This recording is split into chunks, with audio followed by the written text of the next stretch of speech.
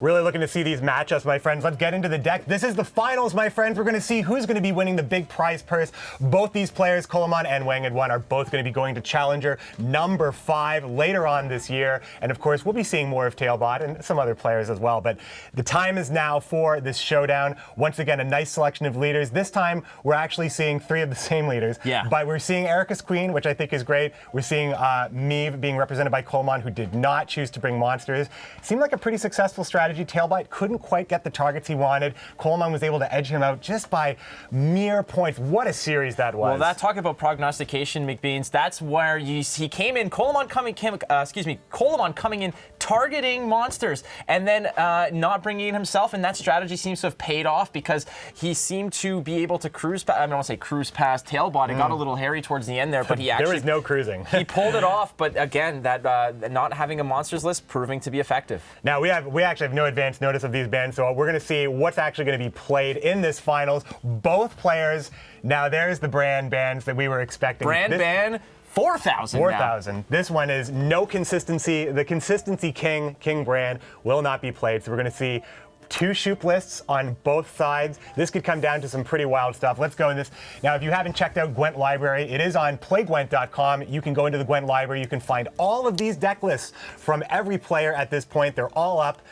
You can try them out yourself, maybe make some changes, find something that fits the meta that you're seeing on the rank ladder. But let's take a look at these lists. 2 shoops on both sides. What do you think, Flake? Right, well, we've seen this, we've seen it before. Obviously, these Coleman and Wanged both having 2 series under their belt already, and Shoop playing a big part of that. We've seen Shoop cause weather effects. We've seen Shoop for resilience. We've seen Shoop for damage, for buff. He's been all over the place so far. No mage, though. No problem. Not well, interested. These players want to win, right? So yeah. We're not going to see probably a lot of mage choices, but the Hunter and the Knight usually getting things done here. And of course, we are going to see Queen Meave, the devastating engine potential of Queen Meave that is not running Hubert. Coleman saying, I don't need that card. I'm going to do it my way. Running trebuchets, running the highest point. It's a very nice average play deck, only going up to 9, but being able to fit in 6 9 provision point cards. It just shows that you can get some really, really stacked hands, and Nausicaa doing so much work with the Trident Infantry. You know, we've seen, I think every Northern Realms list has been pretty wild. Let's flip it over to Wang and see what our champion from China is going to be playing with. Once again, a Broover list with Shoop and a Broover list with Morvran. Again, we've been seeing Wang targeting more of a wide strategy. Lacerate's kind of peppered in this deck list. The Manticore Venom in the Erica's Queen. Is there anything else that we would have missed at this point? We've seen these decks inside and out at this point, but I think that minor changes between the bronzes seem to be the big thing. Erica's Queen and Meave are going to be the big difference in this matchup. And again, everybody was kind of talking about the fact that Erica's Queen was probably going to be a weak link, but look where he got with her. It's true. She's made it all this far, and who knows, she might actually be the cherry on top of this tournament for Wanged. We're going to be going into the game. Or the meatball on top. Or the meatball on top. Shout out to the meatball. Yeah, I'm half Italian. I'll accept that. That's no problem. So we'll go through with this. I mean, the players are dialed in. They have their headset on, blasting just the loudest amount of 90s music that you can possibly imagine. What do you think they're listening to right now? Oh, definitely Ricky Martin. Is it Ricky Martin? 100%. All right, fine. I'm not going to... fine. You can have that one. I was thinking of something more ridiculous, but I don't know if Ricky Martin is anything. Well, we didn't rehearse that joke, so I really didn't know what I was going to say. I don't think it was a joke. I'm just being serious. I don't think it's a joke. Ricky Martin is not a joke. Ricky Martin, Wanged's favorite artist, probably. Yes. So exactly. You guys saw the interviews with the players prior to this, right? There's a lot of outtakes in where... Yeah, there's some cut footage where Wanged's just praising Ricky Martin constantly. We have like 10 minutes of Tailbot just bench pressing a Volvo. That's all it was. But we cut that out. That's in the deleted scenes later, folks. Oh, man. So we're just getting things synced up here for these players here as they're just queuing in. What do you think we're going to see the lead off here? Again, we have Coleman on the blue side. They just flipped the coin, so Coleman will be acting first. It's going to be a difficult choice. I feel like Broover might be a safe one to go in. Shoop right off the bat. Morvran as well. Like, I don't know if they're looking for the mirror play, so they're kind of in each other's heads. Do they want to face the mirror? Do they want to go in with something like, for instance, Wanged want to get Erica's Queen out of the way and just put all those doubts to rest? Well, it's going to be a Broover Shoop mirror, my friends. Get ready to see what Mahakam has in store for Mahakam. For Mahakam. So right off the bat, we can see that Coleman has found his Shoop, so that already is a significant advantage. But as they're tossing cards away to go find what they're looking for, we got to keep in mind that, I mean, with Shoop in your back pocket, you know, anything can happen. Almost anything can happen. It's pretty wild. Let's talk about the big differences between these lists, because we've seen Shoop, all weekend. 2 players bringing Shoop lists. Now, both the players that brought Shoop lists brought 2 Shoop lists, and they are here. They're both facing each other here in the finals. Small changes. Geralt Professional being represented by Coleman, whereas Wang had wanted to play with Synthesis. Both playing, of course, Unicorn and Kyrenex. Both playing Ithlin, Sheldon Skaggs. But then there's Ida Amin on Coleman's side, perhaps preparing for some artifact hate, whereas. Well, at that point, the differences start to be a little slim. We have some Brigade Brigade on Wanged's side, as well as things like Brigade Officer, as well. Mahakam Defender coming in on Coleman's side, a little bit more engine-heavy stuff. But for the most part, most other cards were very close. So this is Amir. Coleman is acting first. And what a gentleman Coleman was. Before he even played his first card, he let us go through all the deck changes. That's or true. The deck differences. He waited it out.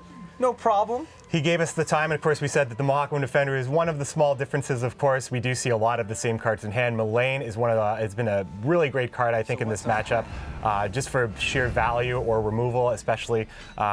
In a monsters matchup here, this list would do very well against Erica's Queen. Lots of horizontal removal, lots of 1 damage pings. Yeah. So I am very interested to see what ends up being the first matchup for Erica's Queen, as both players, thinning is winning, getting those Witchers, Vesemir, Lambert, and Eskel out of the deck, because you want to make sure that you're drawing into your key card like Shoop.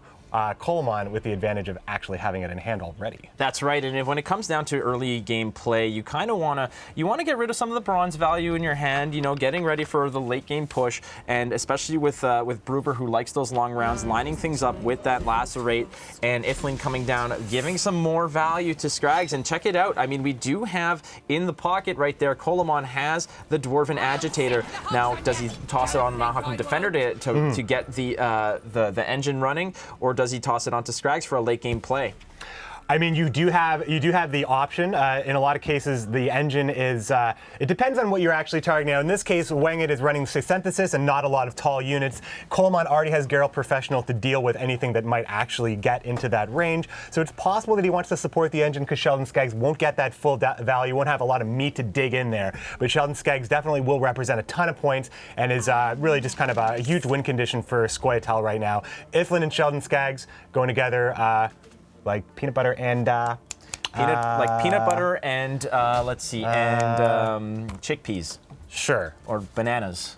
Well, that's actually really good. I don't know. I've never done it. Really good. Tactical advantage finally being played here on Eskel on the 7, and we've seen a lot of this tactical advantage being played on the 7 cards in hand. As the Brigade Brigade touches down, we'll actually have some movement support with the Brigade Dragoon as well, so there is some potential for that card to get a little bit of extra value. We haven't seen a lot of play from the Brigade Brigade. We haven't seen Bruver make that, what is that? It's something like 12 points on just the effects alone if you want to use Bruver as a finishing play just for sheer points. But I've seen it a lot on the ladder, but the Brigade has just kind of seems like it's been dying a lot. It's been an expensive card that's been dying. Ardal stole it in day 1 as well. So you can just get a lot done with this card with Bruver. Right, and to that point, you could always just move this card with your own Dragoon over here to get the extra buff. So it's so the Vryan Dragoon is not just a 4-card shuffle there. It's actually representing a little bit more points because you can actually couple it up with the Vryan Brigade to get the extra 2 points over there. Of course, I mean this card over here, the Brigade represents a threat with the Bruver. So keeping Coleman has to keep that in mind that it's might not be as easy of an out to the round. We'll pay men back for Big pass here from Coleman is going to let Wangan now play down into the cards. He's not going to be committing any big potential there, but it is really all about how you have last say and how you're able to set up your hand. There's Shoop in the hand. It is going to be a Shoop off one way or another. A Shoop off. Good. A good mulligan there from Wang, and he's looking for Sheldon Skaggs very, very badly. He needs to try to get that, but he has a lot of cards he would not want to throw away. His hand is actually quite strong. He does have Willem, but Willem is not a sure thing, as there is another gold card in deck as well. So he's going to keep that as we go into this match here, and I'm just going to be double checking again. It is Sheldon Skaggs or Kieran for Willem. As we're getting started, there's the question. We're going to see that question answered. It is going to go on the Mahakam Defender. Right. Coleman will have an engine ticking at one point here. And I think that's the right play because it can easily get answered with a very minimal damage. And a great card to play for the stealing of the round as well here. Exactly. Not to mention, I mean, let's just think of it over here. You're talking about where are we going to deposit those points? How are you going to invest them? And like you said, putting them onto Skaggs and bringing that up to a 9-point might not find all the value because you're thinking about your opponent actually having 9 points of meat to I don't want to say beat. That's the wrong thing I want to say. We would not ever think of saying anything like that. Absolutely not, McBeans. But I think that here, so Wanga now did draw into Sheldon Skaggs, which makes Willem a surefire pull on Kieran, and it looks like that's going to be the hand that he'll be sticking with. The deck really doesn't have a lot left in it as far as great cards because they're all in hand. Coleman also has a very strong hand. 2 more mulligans to go. He's trying to find something a little bit better. That happened at the end, but he did get Geralt Professional on that last mulligan, I believe. Weakest card in his hand will be the Wolfpack, but Wolfpack's been a star, right? Good old Wolfpack. Yeah, they were good in. I think the Wolfpack was great in WCW in the '90s. Oh yes, get that. Sweet. We might just be dating ourselves with that reference, but I think in the best way, right? The Yes, best way. exactly. Just like high school, I was dating myself. Oh okay. boy. Ooh, baby. All right. So, I mean, Bruver's going to be subject to, it's going to be one of those damned if you do, damned if you don't, because they're both favoring a long round, but it's also might be their own demise. I mean, both Brewers love that long round, and they have all the tools necessary. They have the shoot, they have the lacerate, they have the 3 Brewer charges ready to rock and roll. Whoever can line up the nasty or scratch is going to be in the driver's seat here. Wang had probably thinking about playing Iflin, just a really strong proactive play that sets up kind of the future of the round here with Sheldon Skaggs. Making a decision here. We're going to get a good close look at the thoughts of a pro player. I like that. I like those cuts straight into the mind. Here comes, he's going to go ahead and just get Kieran to do the lock, and this is absolutely fine. There's not much else that you'd be looking to lock in this situation, as that is really the only engine that would threaten, as well as offering this kind of a justification to not make that risky mulligan later on. Kieran's going to be locking up the Mahakam Defender. Which is a fair play. I mean, you're denying how many, 9 potential ticks of point generation there. That is a solid card to lock, no problem. And if we're looking on both sides of the board over here, I mean, the Wolfpack slams down, that's 4 points, no problem. But, could that have been something better? Most obviously. I mean, the Wolfpack is the weakest play, and it could be met by the Panther on the other side. Yeah, I mean, the Panther really doesn't have a lot of targets outside of the Wolfpack and outside of Prince Willem. All of these are Scoia'tael units, and the Panther is not allowed. You cannot target your own faction there. So it's going to hit. The most it could really it is probably still going to get value, but it's. Essentially, there's immunity on all of these units. So you see a Wolfpack on one side, you see a Panther on the other side. This is going to be about squeezing every last point of value in here out of a long round. Both holding lacerates, both holding shoop. Key differences being Geralt Professional and Synthesis. Will Geralt Professional get the big points here or not? There's Ida with the boost. Now at least the Panther has full value. Panthers and Wolfpacks, cats and dogs living together. What does this world come to? I get the reference just barely, just barely. Just barely. Sometimes you got to reach. There is, say, Synthesis. Again, like we said, the untouchable vault of points, knowing that on both sides of the board, there's really nothing to go ahead and bother those points as they live in, say, Synthesis. And this could be there could be a consideration if Wanged wants to see if he can find he can high roll a weather effect. That's a strong row because we know that boosts are going to go on say Synthesis because that's where they are safest, and they would absolutely have to go there because Geralt Professional threatens otherwise. So it's possible that we see shoot, but it's also possible. There's not a lot of really good removal or lock targets. If Coleman doesn't think that Kieran is going to see great value, he may just want to play that. But of course, if you have the lacerate, you're always thinking, your movement is much higher value. Both sides of the board. Here we go. Finally, it's there we go. Shoop time. First Shoop of the finals. It's going to be Shoop Knight. He has destroy an enemy artifact, damage an enemy by 4, or boost an ally by 4. Solid 12 value coming out from our favorite troll. By the way, pre-orders, head on over to Shoop's shop. He has some stuff for you if you haven't heard. And he's got a little bit for the Wolfpack as well. A little morale boost. Sweet. But there you go. But I mean, there goes the Panther now can actually connect with I guess Shoop doesn't count as a nice body to absorb the Panther as well, would it not be? Oh, for sure. And Panther's going to get full value at this point. I just didn't really know at what point the Panther was going to be committed, because a lot of good cards in Wanged's hand. There is the Panther finally. Right. You don't want to play anything really that much more commitment at this point, because it's all about saving the best plays for last, all about making sure that you're playing around last rate, you're playing around everything you can play around. The Geralt Professional, though, I'm really curious how many points that's really going to get here. It depends with the synthesis. Being able to take the boost from Unicorn, we just see 7s and 4s. It looks like 3 is going to be it, potentially. And Coleman, Coleman committing to the shoot first. That's always a consideration as well.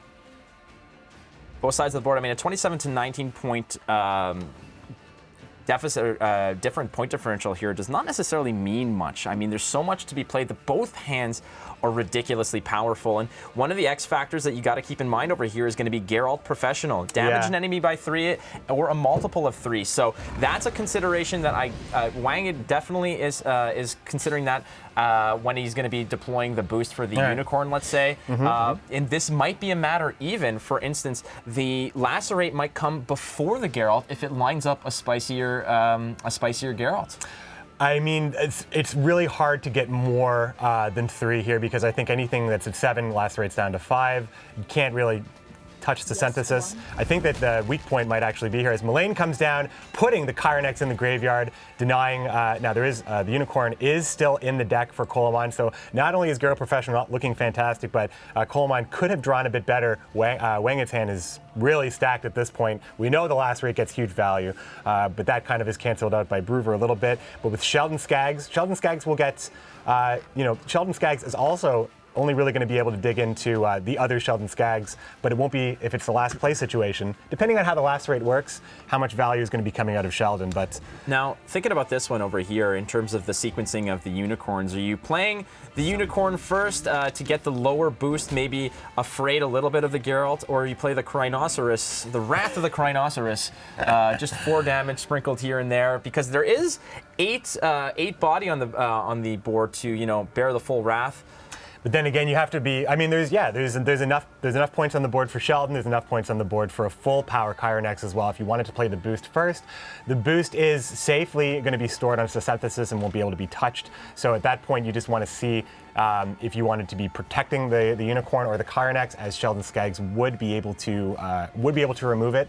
As the lock is not happening here. And here comes Shoop Hunter on the other side here. Let's take a look. Apply a random row effect, play a random card from your deck, or boost all units in your hand by 1. It's probably going to be the row effect once again. Seems to be the popular choice for Wanged. And the Storm is a-coming on the ranged row.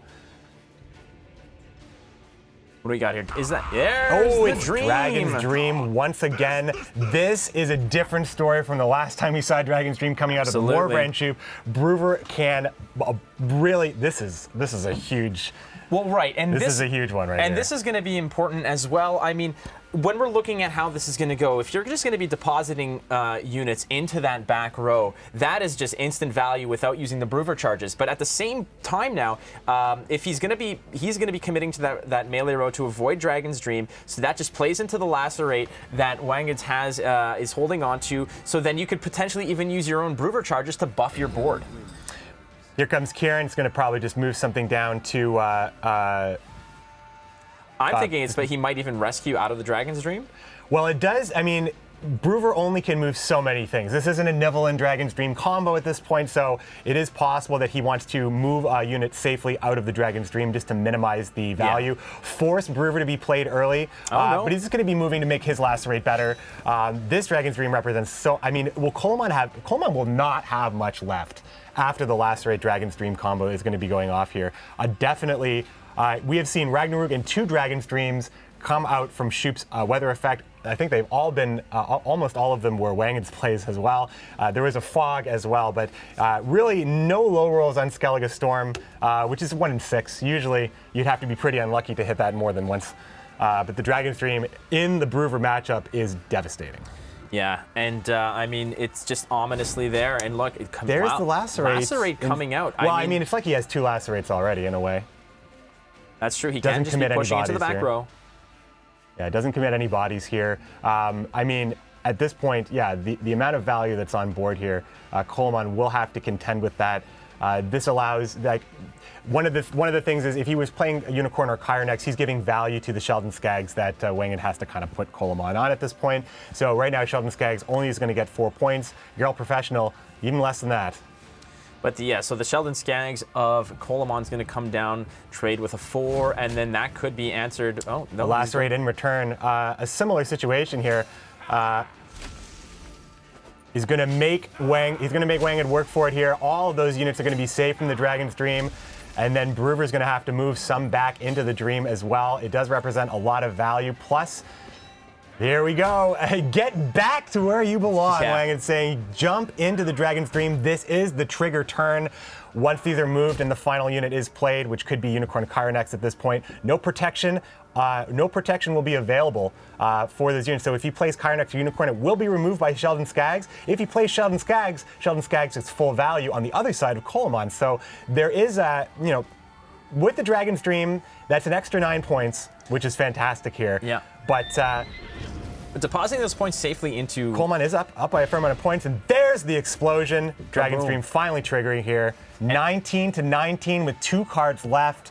One Sheldon Skaggs looking a little bit better than the other. That's Geralt right. Professional not looking all that great. No, it's not. And that return to sender move for Wanged, putting them right back into the hate over there, and that explosion. Now again, depositing. We were talking about this a lot. Putting them in the Synthesis Vault. They're all safe over there because right now our lovely Geralt Professional is not looking too hot. No, Geralt Professional is going to be getting 6 value, and Sheldon Skaggs. The thing is, the only thing that, of course, Geralt Professional takes value away from what Sheldon could potentially get too as well. And likewise, if you want to get full value from Sheldon, Geralt's probably always going to be 6 at this point.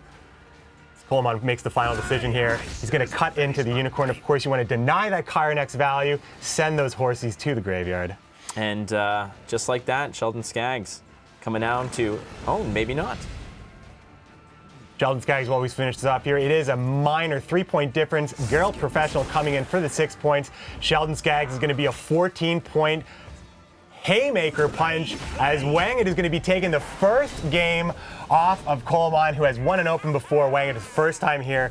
We are getting started with the finals here. 1 point up on the red coin here for Wanged. In the mirror, you could say that usually there is always a disadvantage in very similar decks to going first. Coleman made the pass early to go into the long round, and ultimately that roll of the Dragon's Dream really changed the tide right there. Bruverhoog is going to get his second crown over there, and we will retire Wanged's Shoop Squayatal list for the weekend. Now, the early lacerates on both sides, one answering the other, essentially. Usually the lacerate is paired off with a late Brewer. Once the board gets pretty populated, you push them all into one row, get the claws going. That's a big swing, so I was kind of surprised to see them hit that early, but holding on to the other cards for better opportunity seemed to have paid off.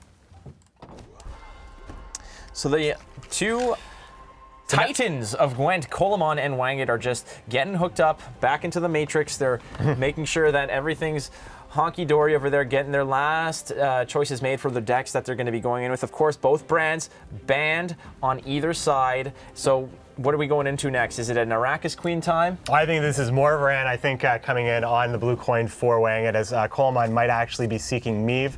I was half right. Another chance here for the Brewer Shoop, as Morvaran Shoop now stands on the other side.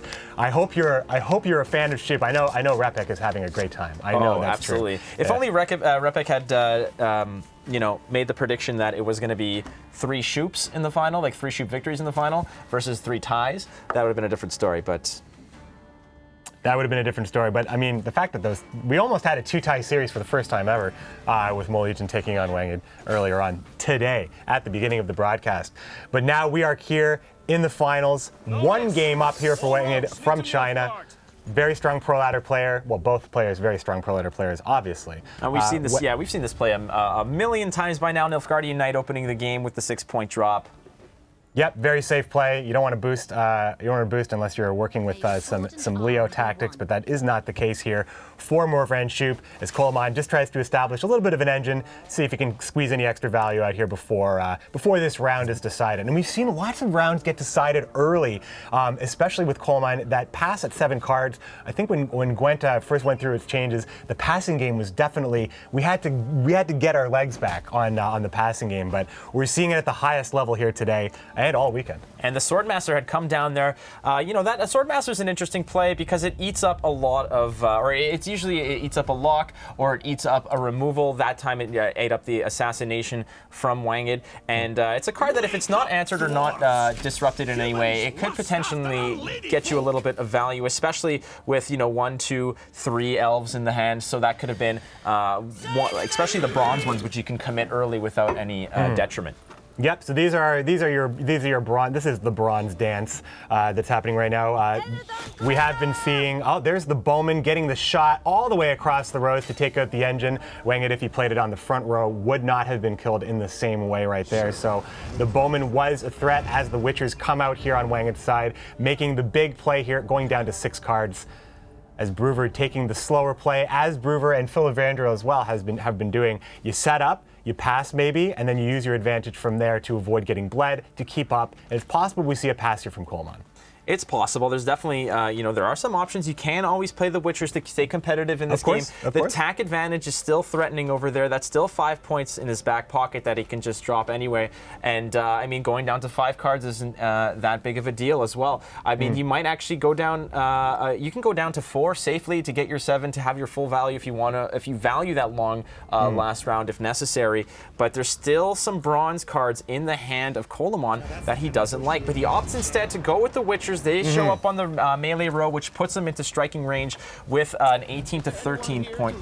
There's Traherne. Oh, man. Well, it's interesting. If you throw Ithlin, if you take out Ithlin, then now he knows that Skaggs isn't in hand. He knows where the buff from the Agitator went. So much information here. Removing Sheldon Skaggs, Ithlin still gets value. If you remove Ithlin, then Sheldon Skaggs is just a 6-point card. At this point, there's no more boosts. I do believe Ithlin is the choice here. This is another. I am wrong. I am wrong. It's going to be Sheldon Skaggs that's going to be Owen's choice here. So the option of Ithlin still being drawn and getting value with the carryover in hand still available at this point, but. So worth noting over here, still no Lacerate, still no Shoop in the hand for Coleman. Those are 2 big time plays. Those are 2 finishers, so to speak. Those are 2 very, very big swing cards that he will need. So he's going to be looking to find those at some point because otherwise this one might get out of hand. Coleman needs to make the choice. He is more than doubled up on points at this point, but he is in the comfortable position of passing on the red coin. He does have a lot of cards that he probably would love to just be able to play and not commit too much Peasant Militia here, as well as the Farseer, which is an interesting choice. Ask Coleman about it. Just didn't have enough 4s to pick at that point. So the Farseer, which is only ever a 4, it's going to be the pass here. Coleman's going to take that card. And now Wanged's going to decide maybe he wants to play the Spearman or the Infiltrator to maybe clog up the deck a little bit. He knows that Ithlin is on the draw, doesn't know any other information about Shoop. Here comes the Infiltrator just because Wanged is more than happy to pass and go into a long round, as we've seen, and which is pretty threatening with Brewer. Brewer has a lot of long round potential. But now without Sheldon Skaggs in the picture, Wanged can rest a little bit easier on some of these win cons. Absolutely. That Ithlin is not going to connect for the extra value that it would have had it been those points been added to Skaggs. The Wolfpack he knows is in Coleman's hand, so that's probably going to get tossed away. But the Lacerate is good news for Coleman, especially assuming, he's probably assuming that there's going to be a potential pass, or is this going to be a bleed? There's that Infiltrator. I mean, yeah, it's considering, I think it's really hard. You can't really bleed Brewer. You can't really bleed Brewer in this position at all. The Infiltrator is going to go right back where he belongs in his opponent's deck. That is such an amazing play because the same effect is going to occur, and in round 3, that Infiltrator is effectively useless. Now Coleman makes the decision here if he wants to get the extra mulligans, if he maybe wants to just play a card that is not going to see a lot of value next round. But considering, let's just take a quick peek at the deck. We do have Ida, Mullane, and of course Shoop, Geralt Professional as well, as the gold draw is still available in the deck. Now, there are cards here that have implications. I mean, he might want to hang on to the Markham Defender, get some point generation late, and I mean, the Peasant Militia, that's likely something that can go, but I mean, boost an ally by 2 can rescue that Defender back into the boost range in order to keep the engine going. I mean, these are just things to possibly consider, but I think Coleman's just taking his time, right? You have your time. This is a big moment, of course. You want to get that extra prize pool. Both players happy to be going to Challenger at this point. Oh, those are 2 ugly draws. That is not good. Coleman has 4 cards he doesn't want. He has only 3 mulligans to fix the hand. Wolfpack into Neophyte, not what you want to see. He is still trying to find Shoop. Wangit has already found it. Geralt Professional, he's got to dump the Skirmisher or the Farseer at this point. So one player playing with fire, the other one looking for it. Absolutely. Peasant Militia is going away, and no Shoop for Coleman. This is a devastating turn of events. Now, there is always an option for the line, like that big lacerate play with the Brewer. You've got both unicorns. You have the Geralt Professional. If that connects for big money, that is a significant play. You know, Ithleen is still putting some money in your pocket as well. If you can get that engine to keep ticking, I mean, there are definitely ways to make this happen. But I mean, it's true. There are ways to make it happen, but we have to, of course, look at Wangit's hand as well. All 3 Viper Witchers, once again, Ox, Seret, and Letho are all going to be able to make for some really strong power plays, very strong controlling plays. Iflin coming down here just to bank a few more points in the only engine that is left, but that engine is going to get locked every single day at any given time here. The lacerate is going to be, I mean, Wangit's hand is fantastic. Coleman's hand is not. It really is just kind of like that's how it appears right now with the Skirmisher, with the Hawker Healer, and with the Farseer. Yeah, these cards just are not going to get a lot of value, even if he hits gold with Geralt Professional somehow. Yeah, bet you didn't see that one coming, huh? No dice. Nope. No dice. But again, you can't count someone out like Coleman. Count Coleman out. There's always a potential for a missed point here or there, or a wrong row deployment.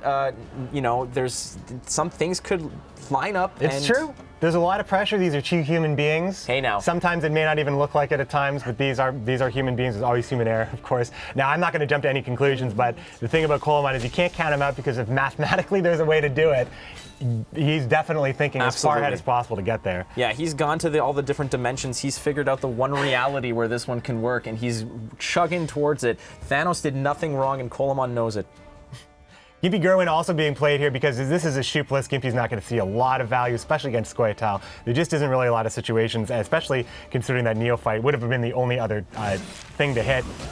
And here comes the first Witcher play, 9-point swing, inconsequential lock. However, the Slave Driver does have an extra bullet in the revolver now with that lock on board. Exactly, and that extra lock can be slammed down with the Ox, so makes the Slave Driver a 4-point damage, which could then take out a Chironex if necessary. I mean, these are all things to consider as well. But we just got to figure out what he's looking to lock. I'm assuming that, knowing that the Scrags is gone, the Ithleen came down and boosted something, right? And we just made to see this as a final play, just as a final play that can't be messed with. That could be But it's possible. not even last save for Coleman, so I should check what I'm saying here. Mullane now being shown. It's interesting. The Farseer, Coleman said there weren't a lot of really good choices for the 4 provision point, but imagine if that showed Shoop. So, like, you are giving your opponent information with the Farseer. Now, of course, yeah, he that would could have ruined the day. I mean, he'd get the extra value, of course, from the Farseer. Yeah, that 2 points versus the knowing that your opponent doesn't have Shoop. Now, and how many have you played Shoop before? I've played Shoop before. Sometimes you roll the Shoop and it just doesn't work out. But I'm assuming in this case, with what Wangit knows, he's likely going to be playing for the safest Shoop possible, likely a knight with a buff, a knight with a damage. I don't think he's going to go for a home run on this. I think he's always going with. We've seen Wangit almost always take Shoop Hunter. in this situation. Now, Coleman is not giving a great board to work with, so I don't think we're going to get there. But really, you're fine playing Shoop at least with 4 turns left. So if you are playing for the row weather or the row effect is the best option, you're getting the full value of all those ticks. But at this point, no row is really committed yet. There's not a lot of points on Coleman's board. So at this point, are you looking to maybe play your Geralt Professional to connect with Letho? It seems like maybe that 9-point swing is the best you'll get. Are you waiting to perhaps see if the Unicorn comes down to buff something, what Shoop hits? Are you hoping that maybe, like, how greedy do you have to be with Coleman here, knowing that you're playing at a disadvantage? Coleman's not a. I mean, he's a storied consume player, but I feel like greed isn't really what's going to go here. It's all about just hard numbers, really. Where is the value going to be? So Geralt is 9 points on this board, and Wang is not going to play into a better Professional at this point. So Unicorn coming out, that's likely going to be met immediately by the Chironex. That's usually how it goes. The Crinoceros. Now the only way that so the buff couldn't go anywhere else at that there, because if it goes onto Letho, that's an easy ping and kill with. I'm gonna hold myself on that one. What I was about to say was incorrect. So no, if you're putting the 4-point buff on the other slave infantry, then that would have put it into the 9 range, meaning that the Geralt Professional would have been a little bit of that home run that you're kind of looking for to maybe give you a little hope down the line here. So in this case, I'm thinking that again, Coleman probably knows his line of play over here, which is going to be the Chironex. I think he's, like you said, you want to make use of that clock and really think. He's probably thinking the next turn, the turn after that, how he's going to get out of this. So there is the Chironex play that is going to be denying the value on the Unicorn that he has to put. On the Chironex here, that he has to put Wanged on having in his hand. But I mean, at this point, Wang is probably pretty happy with what he's seeing. He's a Dwarven Skirmisher come down, a Farseer come down, and a Hawker Healer come down. All the indications that Coleman's hand was not very good. Wanged has now seen it. It is still a very close game, but the extra card is huge, and Shoop is going to play a huge part in this match, one way or another. Using that Brewer charge to protect your Chironex, bringing it up to 6. Here comes Shoop. Sorry about that. Oh, no. We got it. We got to go through this. Destroy an enemy artifact, damage enemy by 4, and boost an ally by 4. Again, we've seen these options before, so this is going to be a nice 12-point play here for Shoop. We just note that he has his helmet tied to the top of his head. Well, it doesn't fit him, right? I know. Well, and his little buddy here, he has a Necro Warrior joining him as well on this adventure. Look how happy he is. Our friend, the Rarog. That's like a Shoop Uber, a Schuber. Oh boy. I'm just saying that even in the Hunter one, he had that little, tiny little hat on. Here comes the Unicorn. We'll be getting the full boost value here, as the Chironex was protected by the Brewer charge, and I may have missed that while I was looking at some of the effects there for Shoop. And that's what I wanted to talk about is the fact that he protected the Chironex to get the 8 points. Now he's losing the points on the shuffle into a row for the last rate plus the damage, but I think that he's valuing those the extra 4 points from the Unicorn. Now ultimately that could just it even itself out, but I think that protecting it was the right play there. Oh, absolutely. I mean, you do the same thing with Morvran, just for the reason it's very hard to deal with a 6-strength unit at this point in the game. Once Ferret's been played, once Letho's been played, you have a little bit more safety here. And also Coleman was able to, the thing about Coleman's hand being not great, having a lot of low strength bronzes, low provision point bronzes, is that he wasn't really committing great cards right away, so the options for Wanged were maybe a little bit lesser. And here, Geralt Professional taking out Letho. How did your Witcher 2 playthrough go? Because, it could go either way right there, but Geralt Professional fulfilling his duty, destroying Letho. Well, it's not really his duty at that point. Okay, now this is I'm trying to find a great lore point there, and I'm taking it too far. This is an important play right here, McBeans, because right now the Ox comes down, and he knew that was in the hand, so this might be the green light to go ahead and drop the defender and maybe steal a few points. Now he could have another lock in hand. It's completely possible. Was the cavalry played already? It was. Okay, so that's a green light to go. No, this is the cavalry in deck. So I just wanted to see what Willem is pulling, either a Seer or a Chironex, and you'll take either one. And now the the engine will be ticking, and there is no stopping it at this point. The boost is far too high. That's going to be getting at least, the value is going to be the best you could hope for at this point with all these locks being played. Don't count them out because Willem's going to be 2 points on that side, and then again, those are 2 points that are going to be completely evaporated by that lacerate, no problem. But this is closer than I thought it would be. Absolutely. Much closer than I thought it would be. Absolutely. And check that out right there. That is the Mahakam Defender that is going to be representing more of that point generation, a little bit of engine power to keep you in this. Yeah, so Brewer's moving. Brewer can move 2 things. Kieran can move a thing. He will have a 12-point lacerate. Well, the slave. Well, yeah, no, he will have a 12-point lacerate. So that's. Yeah, that's just what we're going saying. You can't count Coleman out. But the Kyrenex coming down from Willem is going to be very strong. Asira is also strong on the other way. He's going to start the move here. This is able to move to the back row without killing the unit, which Brewer would do. So he's expecting maybe some ranged row stuff to still happen here. Willem will be playing into the ranged row. He's going to be getting Asira, the 9-point play with Roach. We'll see where this lands up. But moving to the range row, this was the situation. If Asira was still coming, would have to go on the range row. And Roach also going to the range row. There it is. 2 movements here for Coleman. He's going to get the 16-point lacerate and another 2 20 points to finish this game off. Now hold on, because Morvan has his 3 charges. That's still points that he can bank later. This could be closer than you Is this a 1-point game? No, is the engine actually going to get it for Coleman here? Lacerate's going to come in here, 6 more points. We'll only get it to a tie. No, on the pass. Hold on a second. We're going to find out. No, on the pass. Are we going to a tie, my friends? Repek. We got 2 ties, I think. The Prodigy. Unbelievable, my friends. Oh! Let's do it again. What a day for a ball game. Let's play 2. Let's play 2. Shadows of Gwent. Shadows of Gwent Open number 5, not just because of the shoot matchups, but also ties in a potential 5-game series, I think. We got to go right back into it, my friends. And just think, had Wang had committed that lock 1 turn early, that would have given the green light to Coleman to go ahead and drop that engine to continue generating points. That would have been a 1-point win for Coleman, but that's not the case. It's a tie. It's only, it's in the past. That's how it shook out. And check that out. We are going to play it again. Man, with Coleman's hand, I just did not think he would get there.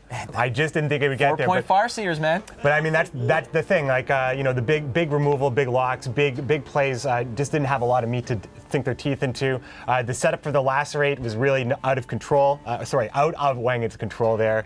And we've got to cast 2 ties already. These are some really, really close games. Now, if Roach didn't hit that range row. Exactly, yeah, exactly. There were a couple of factors there that changed the outcome of that game, but Coleman gets another chance with some dismal draws in that last game. It is back to even levels, baby, because we got shoops on both sides and a brand new ball game.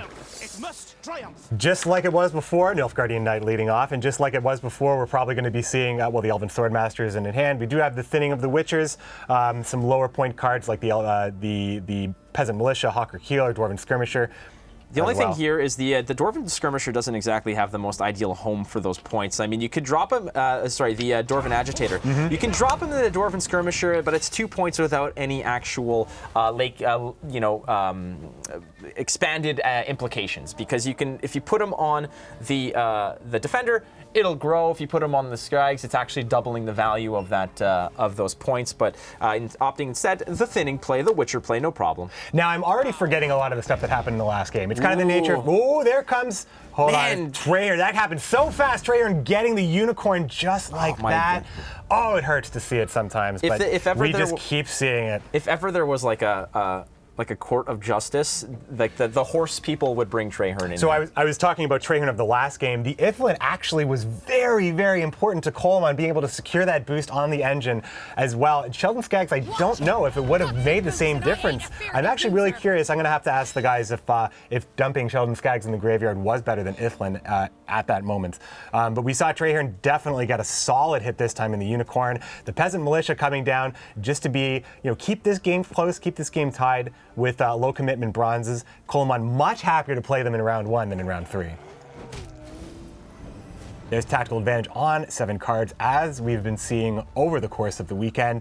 Just kind of protecting this situation where you're saying, okay, if you want to do what you've been doing with the early pass, you're going to have to make 10 points right here. But it's no big deal because, I mean, that's going to be met by the skirmisher most likely. Finds a home to maximize the value from the skirmisher. Of course, the skirmisher's ability on the deploy is to deal 3 damage. If the target survives, boost self by 1. Now, it only has 1 reach, tiny little T-Rex arms on this guy, but it's no big deal. He connects with the wolf pack and the value's there. Now, of course, there are some more cards that Coleman can drop if necessary. There's the Hawker Healer if he wants to sort of commit a card, but again, now There's the a little bit Dwarven of setup as Agitator. well. Yeah, the Agitator doesn't exactly look that sexy right now. Well, we're getting deep. It's true because there's no dwarves to grab. But I mean, if there were, the Dwarven Agitator at least is a great card to play when you're trying to take the round at round 2 on the pass. This actually gets a little extra value on the heal as well. No, it's just because that is a 2 points. 3-point unit. All right.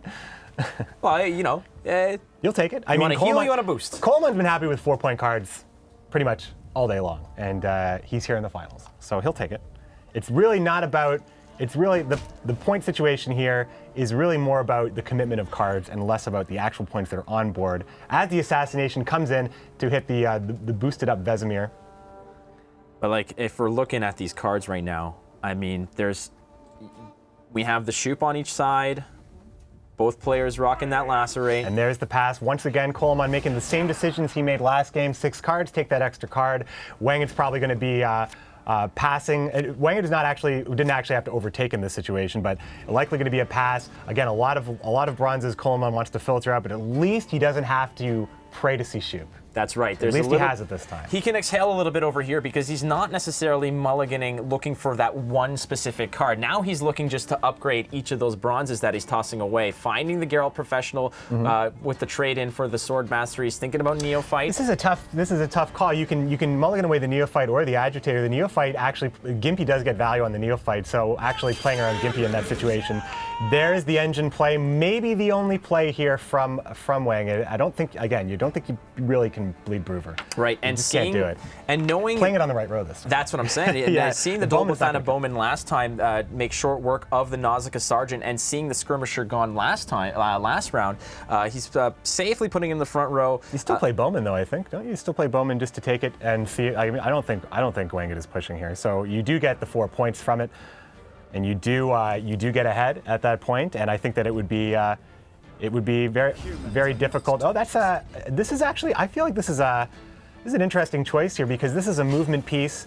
Brewer needs it a little bit less here, but this definitely seals the deal probably on Wangit's push. That's right. I think that maybe Coleman was thinking that there was going to be a little bit more of a bleed in this case. So well, an answer with the Karen here, shutting down the engine piece and securing that round with, he took a gold out with a lock and a movement piece. Here are the big cards we want to see for Coleman. Iflin and Sheldon Skaggs on the draw, exactly what you want to see. Dwarven Agitator and Iflin are going to get full value on Sheldon Skaggs. It's going to be absolutely fantastic. Really, I mean, the Bowman is probably the only thing you might want to think about trading. The Agitator does get 6 points, but the other options, the other options for the draws, there's really not. It's all bronze cards in Coleman's deck. No, I mean all bronze. If you're looking to trade up that the Bowman, maybe you're hoping for the Defender at some point, maybe to give it the Agitator boost for something to tick away for a little while there. But as we can see, there's the Magni division that's likely going to come down first. But depends on where you want to play these cards. Coleman makes proactive play. Dwarven Agitator is that very easy play to make. Sheldon Skaggs in the hand, going to be taking all those buffs as well. Sheldon Skaggs going to hit for so much. It's going to be a potential 18-point play depending on where the boost and where the available damage is going to be able to be located. But here we are at the end of Game 2, Part 2. Part 2, ladies and gentlemen. Don't know if we're going to see a tie this time. Don't think we're going to see a tie this time. So that is the Magni division. Now the Magni division's unique ability is that every time that it's alone on a row, it's going to boost by 1. So he wants to be solo. He wants to be solo. A little agoraphobic back there, no big deal. He wants to live by himself. He's living that bachelor life. Absolutely. I sleep in a race car, Homer. Do you sleep in a race car? Gonna slip that one in there every now and then. All right, so again, if we're looking in terms of pony power, we got the duo right here. They're looking fresh. They're gonna be helping each other out, but of course, Trainer makes short work of that unicorn again. I feel like every round 3 with Morvran, the Viper Witches have been represented. Letho Serret Ox in the hand once again, and both the hands have just, I feel like I've been saying it almost every game, the hands have been so good for this Morvran list, for the Shoop list for Wang, and he's been able to always seem to filter out, dodging Infiltrator draws as well, drawing both Karnax and Unicorn, all three of the Witchers as well. Gimpy isn't going to get a ton of value here. We don't think we're going to see any Neophytes, so. And, you know, the interesting part over here is that I likely suspect that Wangan might actually deploy onto this back row once the Magni division hits 8, because he knows that there's the Geralt Professional in there, and he doesn't want those points to go to just disappear and give value to the Geralt Professional. But again, if necessary, there's always the Sheldon Skaggs over there, who's got 9 power to distribute into one poor soul's face. It's true. Now, we do have the boost from the Unicorn, of course. There's Geralt Professional. He's just going to go ahead and take it at 6. It's fine. Yeah, well, it's 6 or 9. That's the trade. 9 is really, realistically, as high as you ever could hope to get in this matchup, I think, just because, you know, you're not playing against old Spear Tip in this situation. You're not playing against, you know, a boosted Ozrel, a boosted Brewis. You're going to take the 9 here because it's just not going to get that much sweeter. And Coleman has had worse results with Geralt. And like you said, all the Witchers are there. Willem's going to go in and take the Asir, and that's going to bring back Roach. And that's going to be a nice, tidy 9-point play. The other option was no other option. That was a guaranteed pull of Asir with Willem. Willem has been doing some pretty good work. I was just about to go check the deck, actually, to see what the Willem options were, but there they are. There they are. I think it's almost Shoop o'clock, I think, for one of these players. The rows are starting to look at least 9 points on the back row for Wanged here. There are still some low commitment cards here. The Dolbethana Archer here is not a very huge play. Time of the white frost and white light. There's the boost from Ida Amin. A great card that Squid can run because it's easy artifact tech, but usually you're fine to get the value from this card. Anyway, 8 for 7.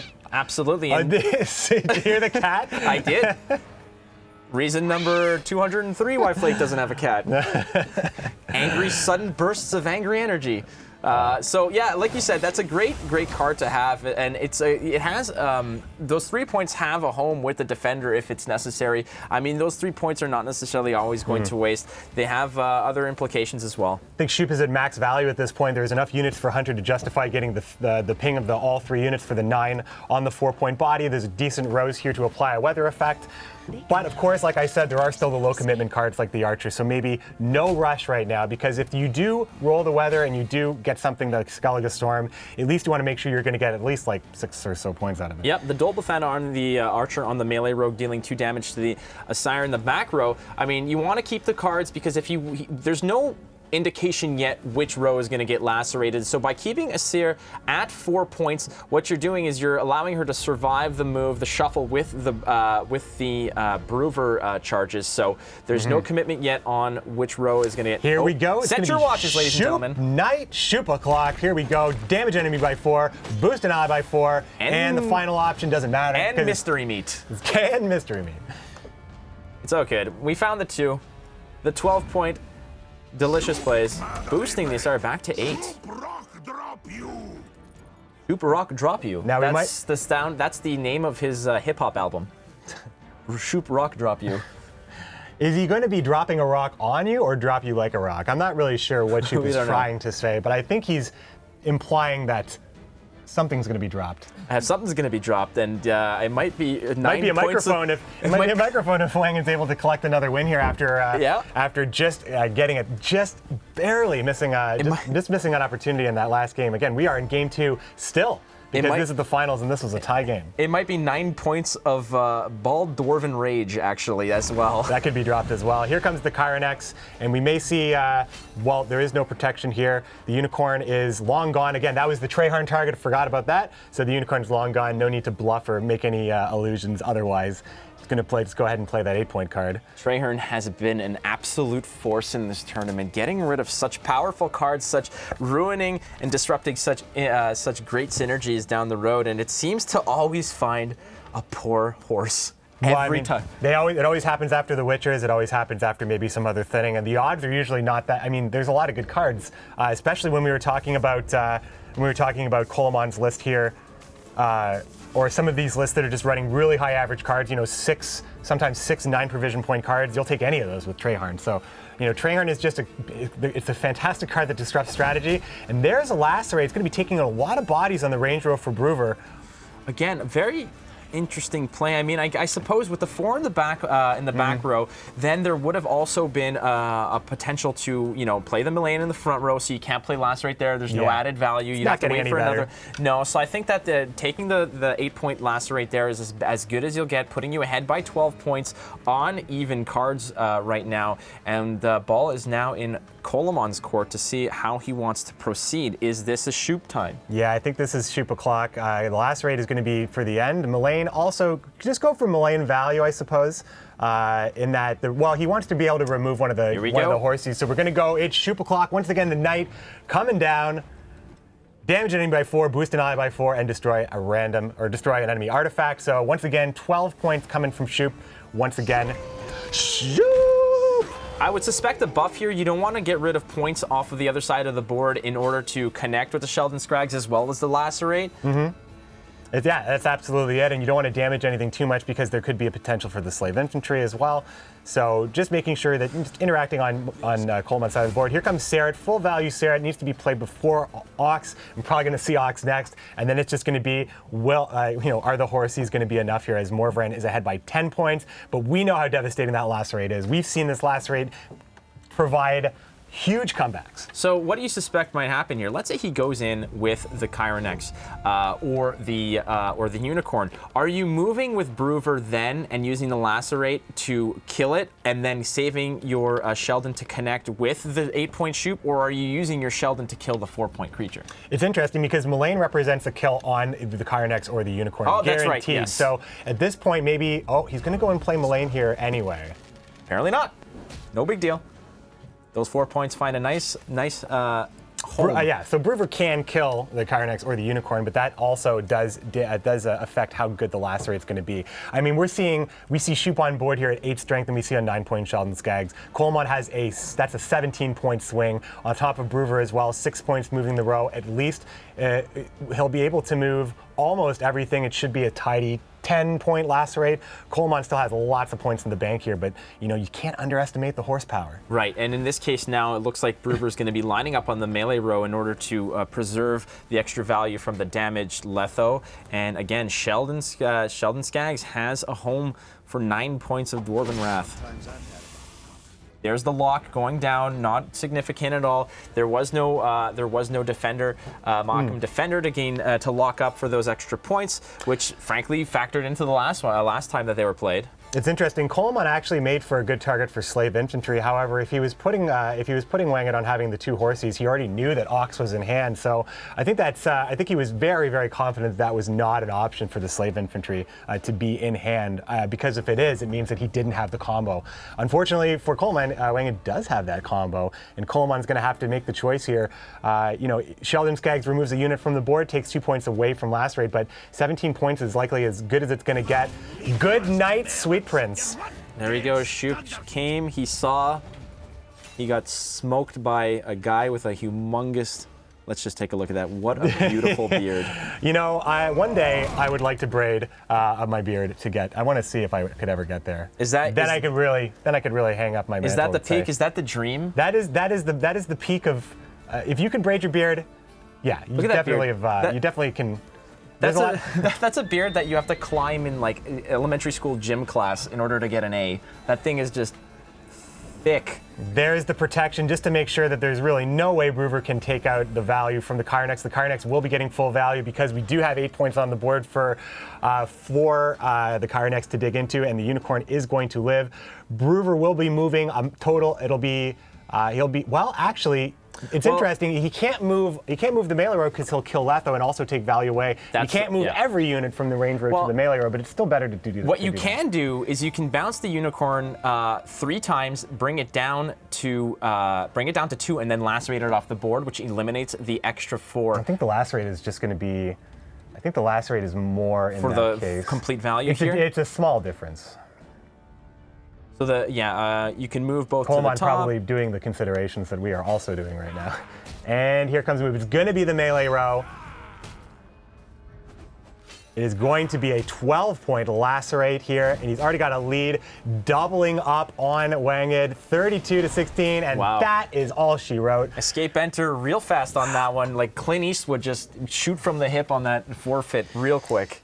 And like Coleman tying the game, trying to find Shoop with 4 bronze cards in the hand. You give Coleman, you give Coleman the weapon, and then it becomes just a devastating difference. And that full power Sheldon Skag, a great Shoop as well. Well, an average Shoop, you would say. Full power Sheldon Skaggs, full power lacerate almost. I mean, at that point, you can really see the power of Brewer Shoop. Both players playing it, both players winning with it. And we're just going to go into game 3 here. Still have Morvran Shoop on both sides, so we still can see another Shoop mirror if that excites you. But what is truly exciting, I think, is Erika's Queen's performance. And ultimately, the Meave matchup, I think there's a lot of interesting potential there with Ockfist and with some of the other ways that you can really mess with Erika's Queen strategy. Absolutely, as Dandelion makes his way around, giving a little bit of perhaps, his blessing to all of them. Look at that, showing off his bling.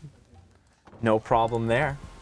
And again, they are just making their decisions as to which warrior is going to lead them into battle over here for game 3. This is technically game 4, but it's really game 3. Up is down, left is right.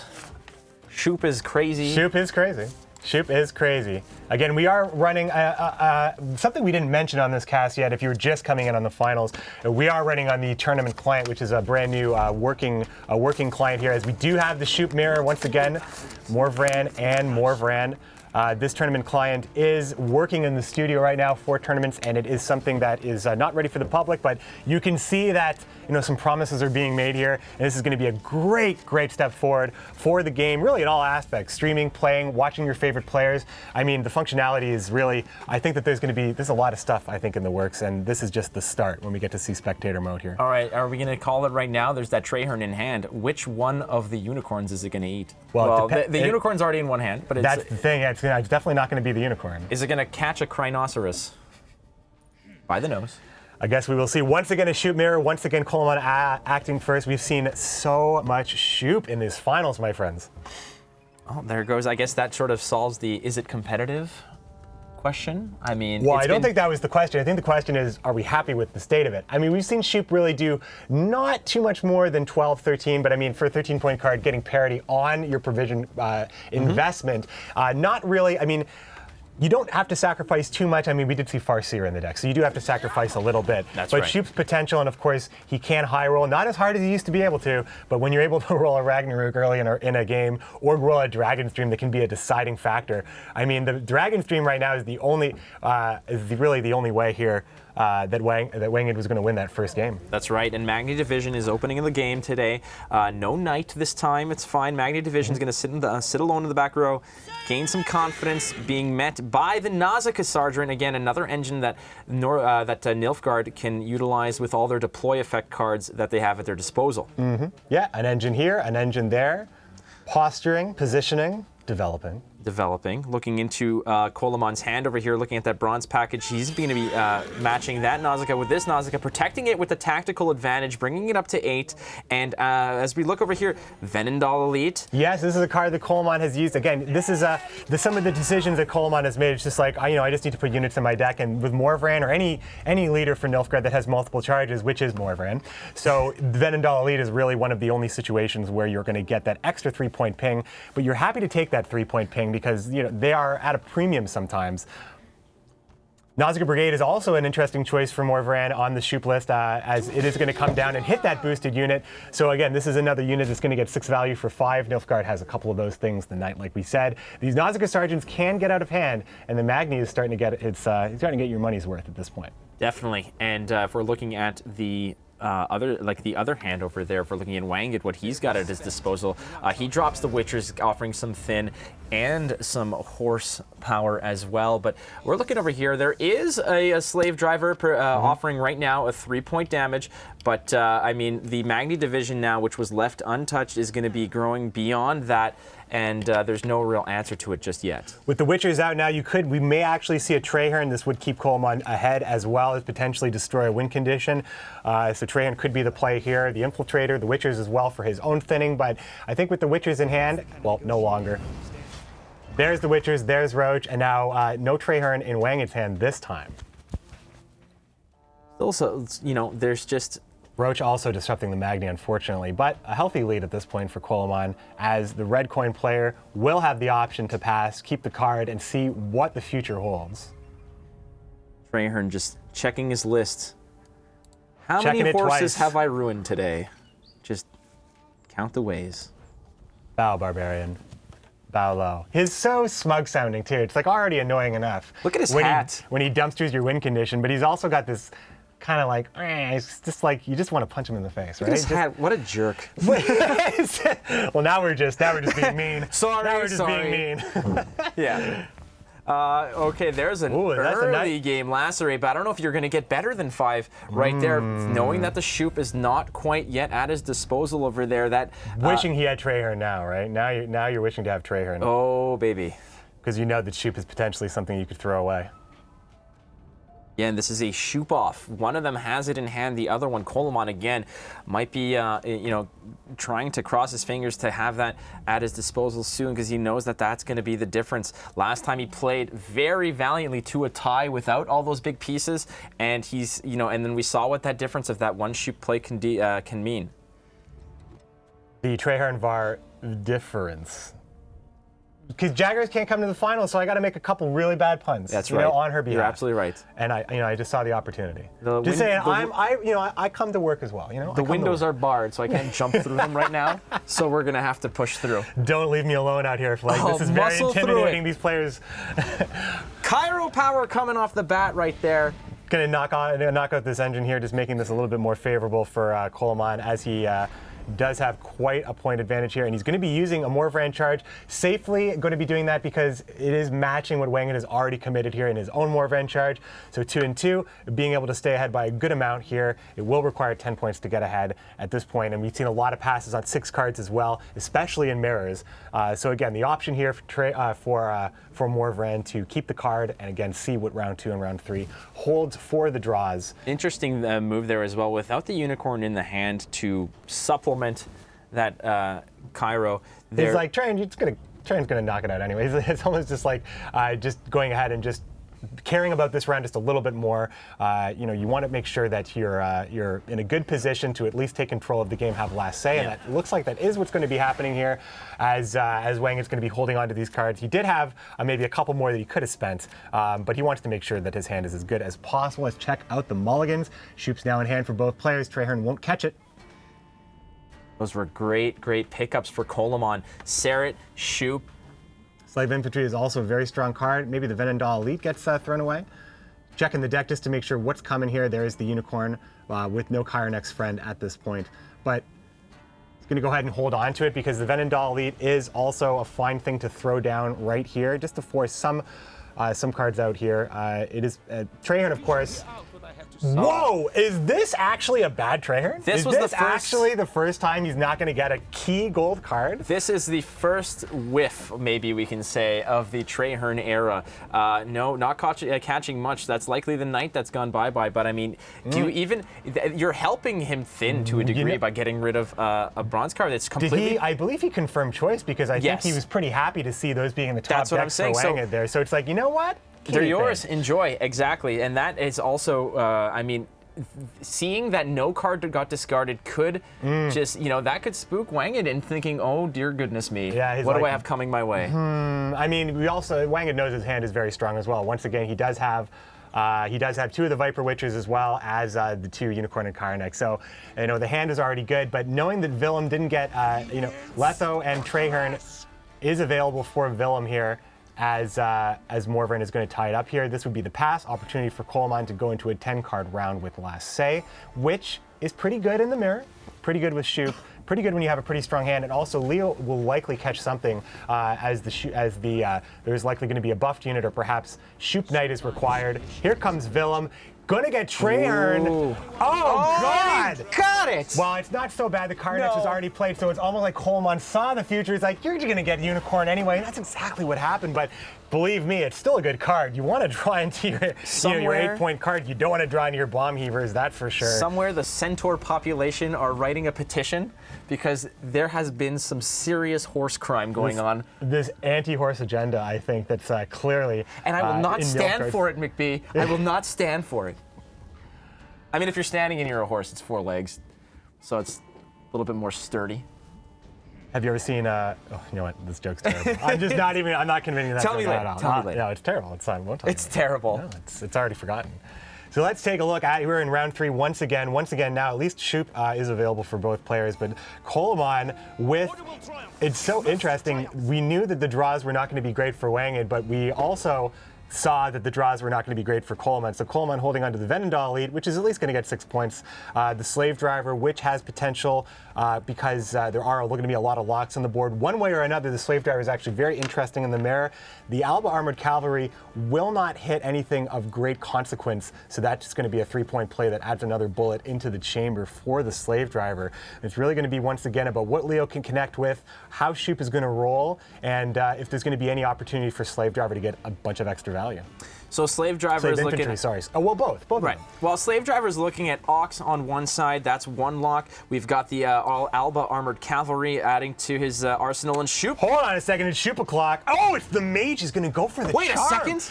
Split 13 damage, transform rightmost card, apply random row effects to all rows. Oh my goodness! What kind of chaos do you He'll like? do it. You want to transform this, right? It is going to be that. No, he's just going to go for the removal.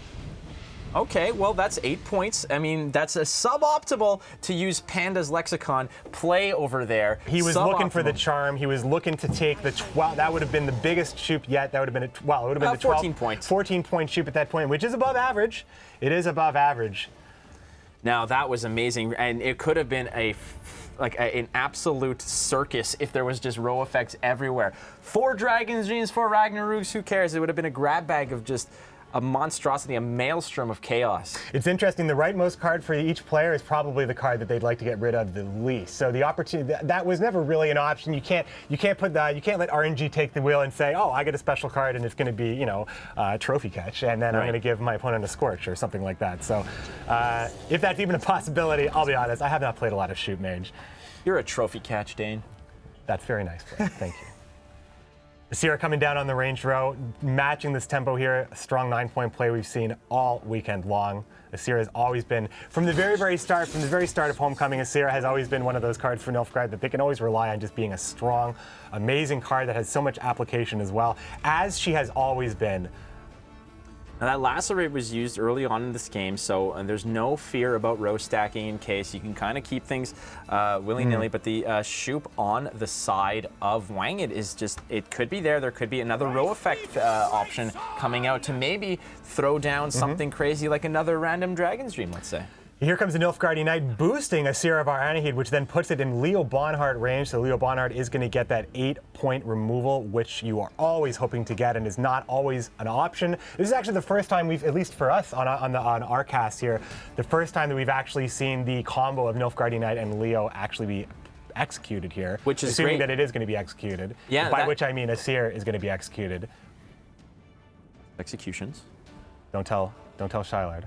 Well executed on that call. It's true. Not going to no. commit that lock after all. He's thinking about it though. I think you just want to hear the voice line. That's okay, no problem. Yeah, it's like Tibor slowed down, right? Yeah. Tibor's like, Alba, and it's just like, they just turned it down to like Absolutely. 50%.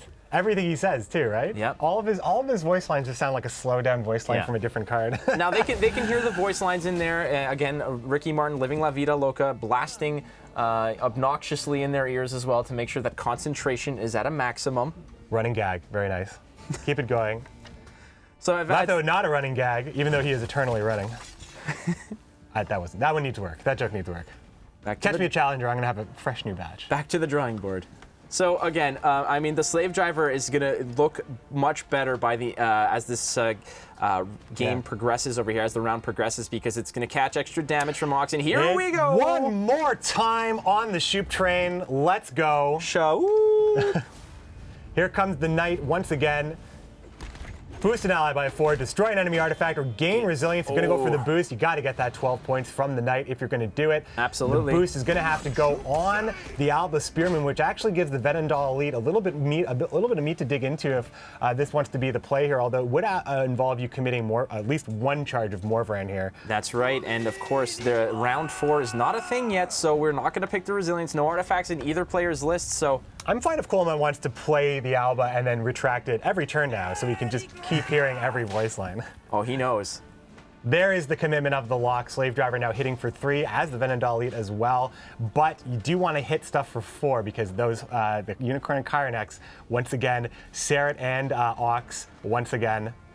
So interesting, hand. just to note over here, the Serret hits for 5, so I suspect that there won't be much, they won't want to play that, or Wanged won't want to play that to lose value into the 3s, so he might hit it into the Letho or the Asir, which makes the Slave Infantry that much better. Same with the Kyrenex. You could lose a point by digging into the Roach or the Armored Cavalry. There it is. This is probably... Oh, but look at this bait, right? He's got Gimpy in hand. He's like, Slave Infantry, go for it. I got Gimpy. I'm going to get a little bit of value back there. But I mean, you can't ignore a play like this where you turn your Armored Cavalry into a 9-point play. And I mean, let's just be honest. It's a play that you have to make just from a value perspective, for sure, but also from the fact that it's just another bronze that you're committing without necessarily giving up some bigger cards. Well, Wanged wants to play Gimpy next turn. He wants to play Gimpy next turn. The lock, well, I mean, Ox could also be fine as well now that Serret has been played. But he wants to play Gimpy soon enough because after that, it's just, it's horsepower time. And of course, depending on where buffs go, we see Leo is going to get full value. The Venendal Elite is going to be able to get full value as well. Slave Driver, at least 5 points. Now they're on even cards. Coleman down 6 points in this one, but cards like Venendal Elite with the leader charge, that's extra value. The Slave Driver with the locks that are going to be peppered around the board, that's extra value as well. Finding that extra jam from these cards, from these bronze cards. Slave Infantry as the last play if Asira is living here, and likely is living here, actually with the Morvran charges could be, well, he has to play the Venendal Elite on the same turn as Morvran, so it might just be, there's the lock, there it is. Still being held.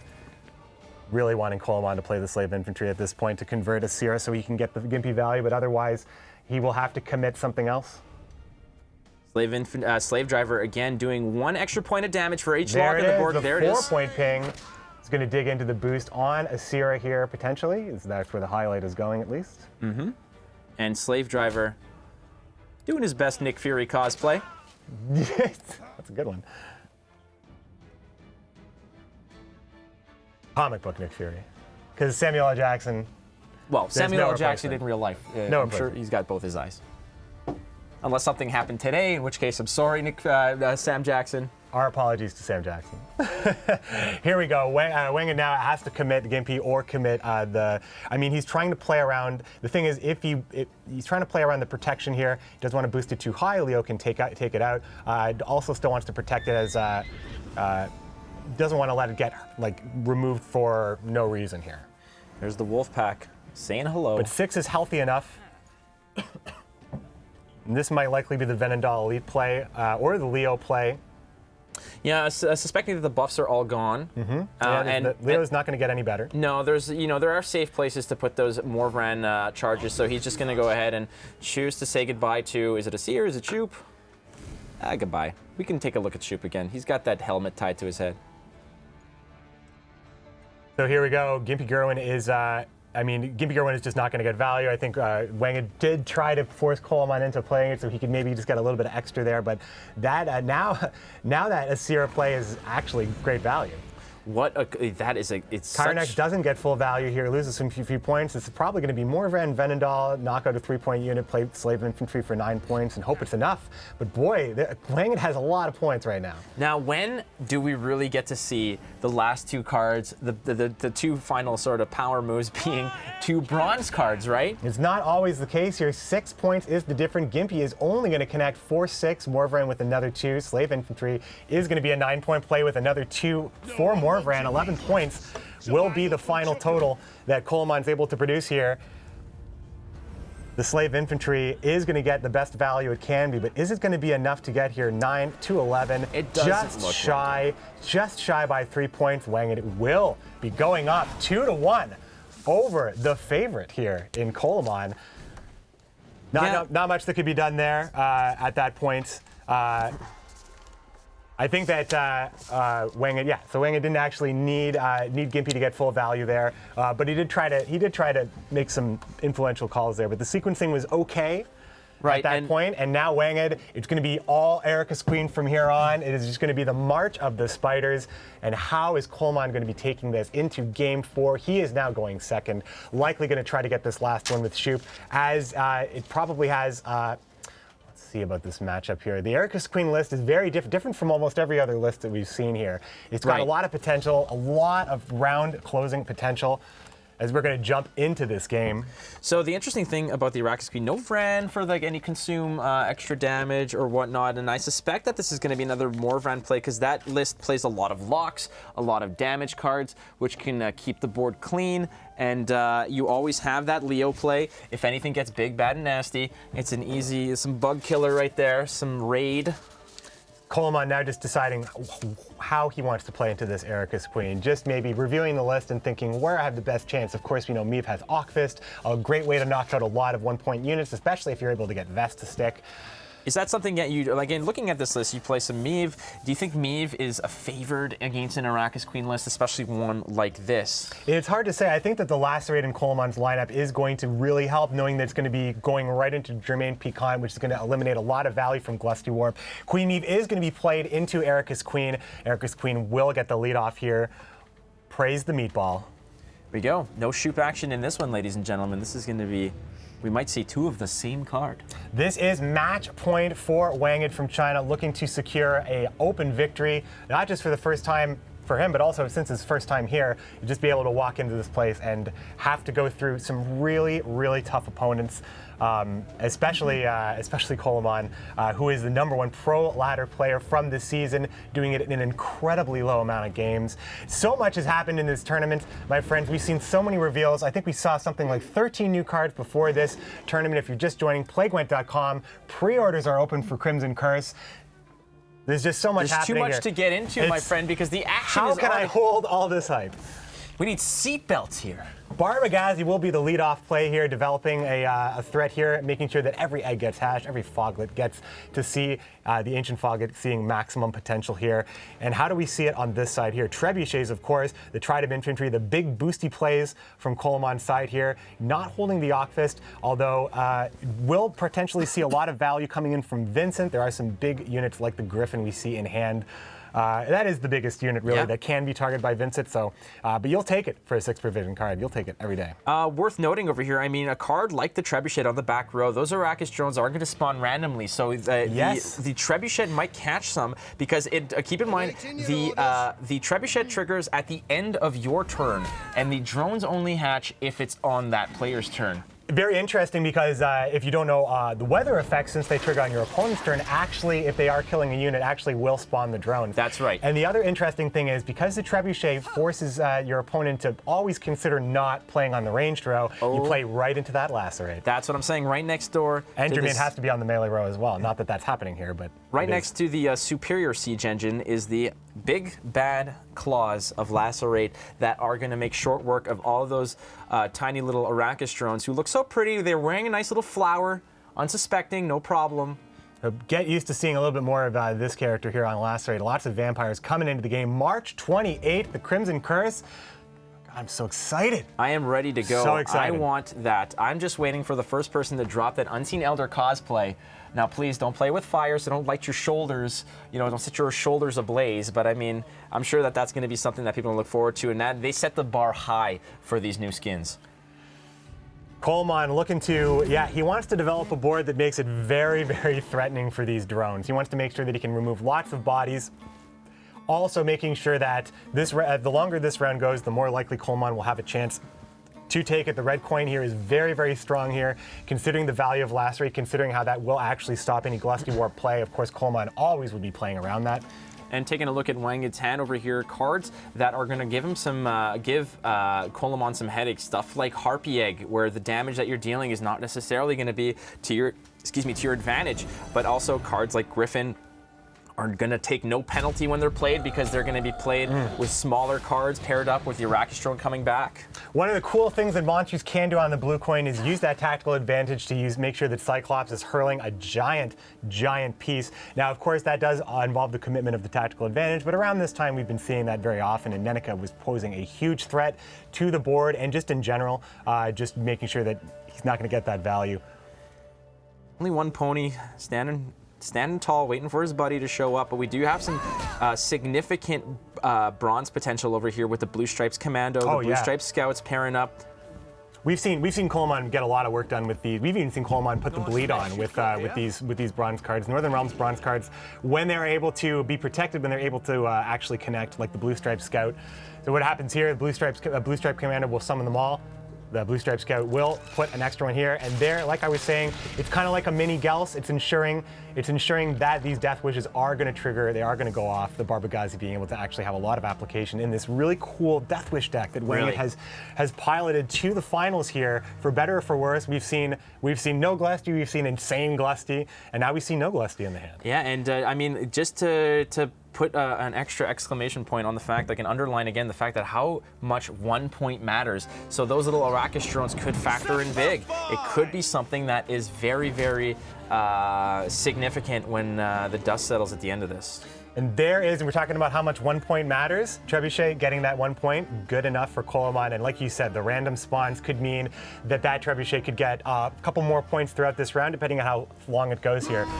Worth noting as well, the Barbagazi representing top dog in the yard, meaning that the ponies come out 1 and 2 in a row to thin the deck a little bit. 8 points of bronze value. This lacerate is so good. That's something to consider as well. How much do you want to value that lacerate for late game? How long do you want to hang on to it? It looks too good to be true right now. You have 7 units on the front row with only 1 point lost. Only just one little point of love lost over there on the front row, represented by this Arachis drone. But again, we need to. It's worth noting as well. Wanged's Arachis list is not showing too much removal options. I mean, Manticore Venom, but that's a big card to drop. Other than that, you have one of the Crones, so things like the engine pieces are not going to be too threatened. Things like the Blue Stripe Commandos, not too threatened as well. There's really... there it is, the big swipe across the 7 units on that board there, getting a tidy 13 points, 14, 15, and nothing for the Trebuchet at that point, but boy, that was a huge lacerate, looked great. And look at that calculated play. With that lacerate, with the Meve buff, on the Trident infantry taking a buff and dealing some damage as well, adding insult to injury on that one, putting him up by 1 point on even cards. And this is like you say, 5 cards. This is a very important threshold. It's a really important threshold at this point because now the thing is, if Coleman is putting Wanged on Glusty Warp, he knows the potential. Glusty Warp can take a round. However, if Coleman is assuming that, he may actually put Wang in a position where he would need to have Glusty Warp, and he wants him to spend it. Spending that Glusty Warp has not really cost Wang anything so far, and there's Roach jumping to the ranged row. Looks like Coleman might get a few more points if he decides to continue pushing here, or go ahead and keep that card. Tons of thinning, got the Wild Hunt Riders out, Witcher's still in hand, but Roach now free from the deck, just increasing the likelihood of drawing into some incredible pieces like Glusty Warp, Jermaine Piquant. Now the lacerate has been spent. It's very interesting now. Won't be able to deal with these large rows in the same way. Going down to the 4 card here, getting 8 points out of the Scout, and that extra point on the Trebuchet. On the pass, Coleman is ahead. That's correct. He does effectively have 1 more point on the pass with the Trebuchet, thanks to Roach's position. And if you are Arachis Queen right now, besides the fact that you're watching your spiders die in a hail of trebuchet gunfire over there, the fact remains is that you're looking at Coleman's side of things and saying, you know, what can I do more? I mean, that Griffin is a typically non-committal play, but you're going down and really pushing the buttons over here to make sure that you know that I mean business, I want to win this round. Committing the Crones here, meaning that Brewis is going to be your final Crone, which does have unpredictable value based on the drives, based on what Death Wishes you're able to proc, at least you're going to get the extra points in Erica's Queen. One of the situations, Brewis is actually better in at the end for Erica's Queen than most other lists because you always get that extra 3 points off the 3 consumes if there are 3 units to consume, mind you. Well, that's the thing. You need Which to there have... are always going to be, of course, because Erica's Queen Well, is Arrakis, right, but if you're consuming bigger units for Glusty Warp to then be able to eat, you're going to eat like a 2 or more strength unit. So the Brewis is going to consume that and then transfer it or turn that into another drone, which then Glusty Warp can eat. So that has some significance when you play that Glusty Warp. You want to make sure that the Brewis can turn that value into extra value with the Glusty Warp down the road. Now the Witchers are still sitting there, hanging in there, still just keeping a point out there. Quick Witcher play here. It looks like this is it. Possibly for Wang It here. He's going to be able to do the huge push. No Griffin is committed. Vincent doesn't get the huge value. Selkirk doesn't have Zeal to be helped out here. The Unicorn is quite a commitment as well. What will Coleman choose to do here? This is a tough one because, I mean, when you're thinking about the win condition, you're thinking usually towards round 3, how do you want to play it? And the tools that he has right now, he might be able to hang on to something like Selkirk over here, and knowing that the Arrakis list doesn't have that much disruption options, you could go ahead and continue to buff this card, but then he right then that goes out the window because the Unicorn hits, which didn't catch Selkirk as a potential target, so he's also looking to push this round a little as well. Ooh, here comes the Griffin, which is actually making Vincent that makes Vincent a nice tidy 9-point play. It doesn't get better than that, frankly. I mean, the Vincent right here with the Zeal. Too, right? Yeah, that becomes a 9-point play, which puts you ahead. You have the Meave charge as well, which is going to be another 2 points when dropped onto the infantry. But Vincent, Zeal, Order, when he's on the melee row, you can set the power of a non-boosted enemy by 1. So that's not going to hit the Glusty Warp. So that's why it's a very expendable card right now. However, it's important to note here that Selkirk would not be able to actually get any extra value if played last, and Selkirk is not enough to actually take this. Hold on, Selkirk is... he'll tie it if he puts the boost on the Tridem. So it's either Vincent now and then hope to get out of this, or you have to play your Selkirk now, which really possibly limits you late. However, well, this puts you ahead. Selkirk with the Tridem Infantry, well, with the Tridem Infantry ping here, Manticore Venom is a maximum of 9 points. Selkirk, will it tie the round? Oh, well, there's also the Arcus drones would be the difference here. Right, if he suspects that he needs to get ahead by that much. I mean, I still think that with this much committed to round 1, literally your entire hand. This is it. I mean, Coleman's happy either way. Right, and without the Glusty Warp, you probably need to keep those charges to feed that Glusty Warp down the road. It really will impact the rest of this game, depending if, I mean, but the other option is passing on even here at 1 card, and that, that really feels bad in Gwent these days. That's especially right. when here it comes, 9 points here. And that means with Selkirk's commitment here, boy. he's going to commit one of the drones. She's letting the kids out to play. He's just enough. Putting him on that Selkirk. This is significant. That is a great call. Great Jedi mind trick right there. There's not much else, I think. We've seen the Enraged Ifrit. Yes, we've seen... Kyronex didn't have enough of a... Well, Kyronex potentially could have done it, I think, but that could have been a risk there.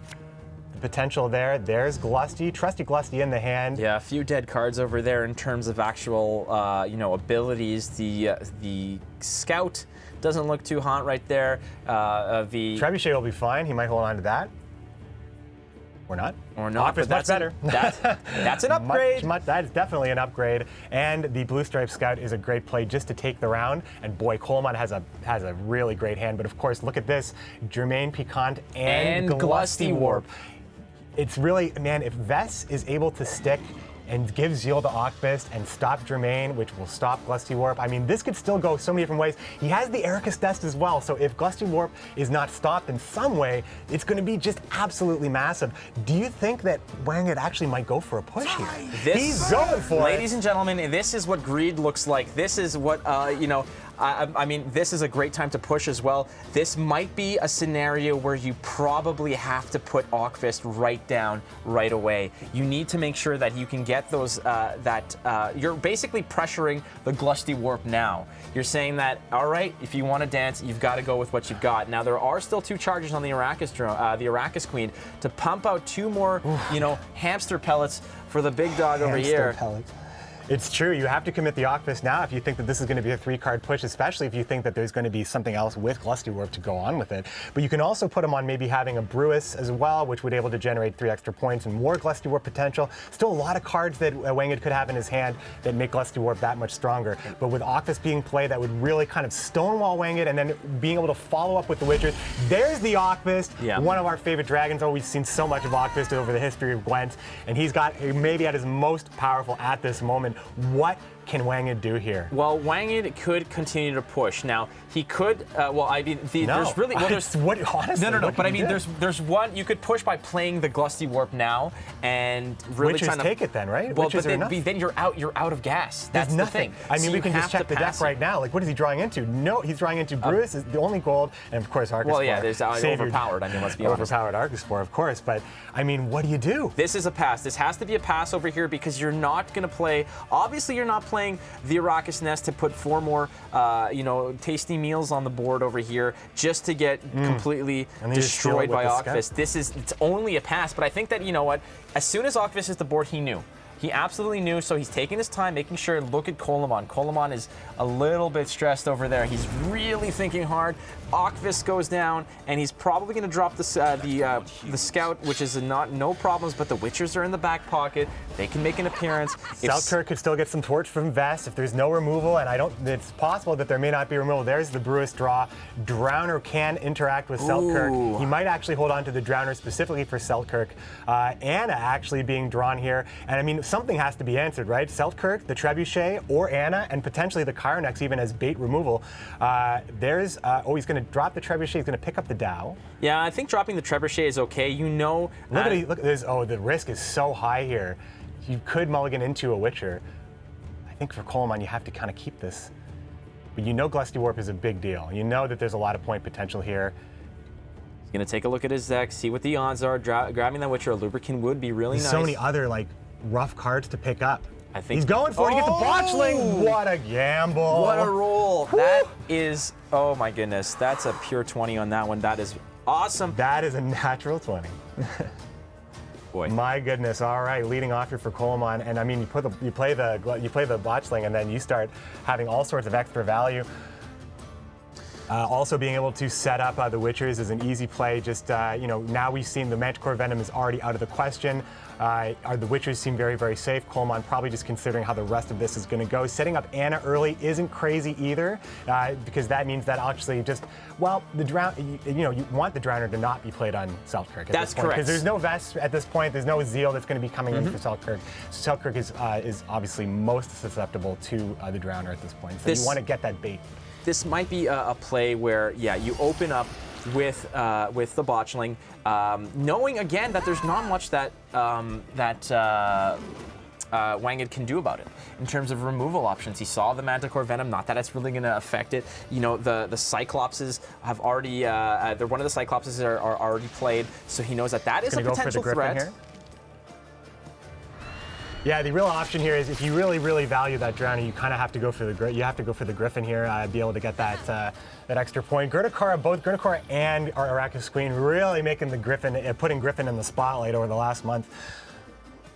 Coleman, he's really thinking about this one hard. And you know what? If you're Wanged, you're liking your position over here. You got a little greedy. You knew that you had to pass out of that round 2 to preserve a big win condition, a spectacular Glusty, and now with the Drowner as an option to disrupt the Selkirk with the Cyclops there to potentially trade up. These are great options. Setting up very nice. Now this is the Drowner target. This is what he was looking for. He would be able to set up Anna at this point, but Selkirk will be disabled. But knowing how strong the Witchers as a late game play here will matter. He definitely wants to get Anna stabilized as soon as possible. The boost turn is next turn, so that's likely going to see Anna no matter what happens to Selkirk.